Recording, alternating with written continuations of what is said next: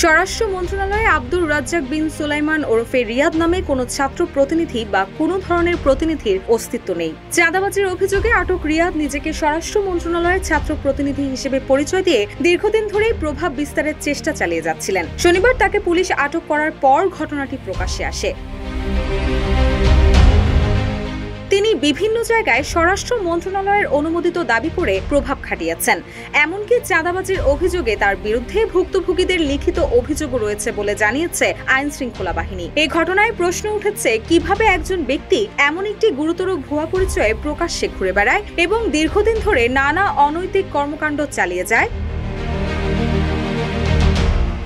Walton AC exchange অফারে এখন যে কোনো ব্র্যান্ডের পুরাতন এসি বদলে নতুন ওয়ালটন এসিতে উপভোগ করুন 25% ছাড়। Walton air conditioner, comfort without compromise. এর মধ্যে 27 জুলাই বিকেলে স্বরাষ্ট্র মন্ত্রণালয় এক কড়া প্রতিবাদ লিপি প্রকাশ করে জানিয়ে দেয়, রিয়াদ নামে কোনো ছাত্র প্রতিনিধি বা প্রতিনিধির সঙ্গে মন্ত্রণালয়ের কোনো ধরনের সংশ্লিষ্টতা নেই। মন্ত্রণালয়ের জনসংযোগ কর্মকর্তা ফয়সাল হাসান স্বাক্ষরিত এক প্রতিবাদ লিপিতে একথা জানানো হয়। এতে বলা হয়, মন্ত্রণালয়ের নাম ব্যবহার করে কেউ কোনো অপরাধ বা রাষ্ট্রবিরোধী কর্মকাণ্ডে লিপ্ত হলে তার দায়ভার সংশ্লিষ্ট ব্যক্তি বহন করবে। এর সঙ্গে স্বরাষ্ট্র মন্ত্রণালয়ের কোনো সংশ্লিষ্টতা নেই।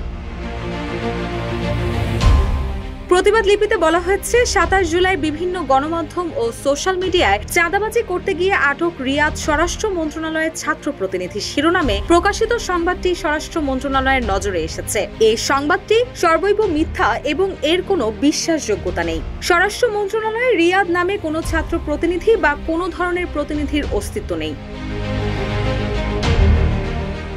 প্রতিবাদ লিপিতে আরো জানানো হয়, বর্তমান অন্তর্বর্তী সরকার গণমাধ্যমের স্বাধীনতায় বিশ্বাসী, তবে একই সঙ্গে গণমাধ্যমের কাছে দায়িত্বশীল আচরণ প্রত্যাশা করে। ভবিষ্যতে এ ধরনের সংবাদ প্রকাশ করার আগে পুঙ্খানুপুঙ্খরূপে যাচাই বাছাই এবং আরো দায়িত্বশীল ও সতর্ক হওয়ার জন্য গণমাধ্যম সমূহকে অনুরোধ করা যাচ্ছে।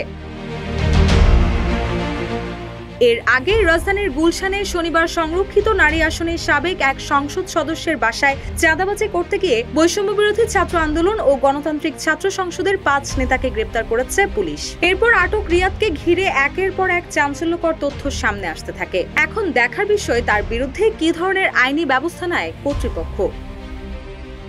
রুশাসু, নিউজ ডেস্ক, ইত্তেফাক।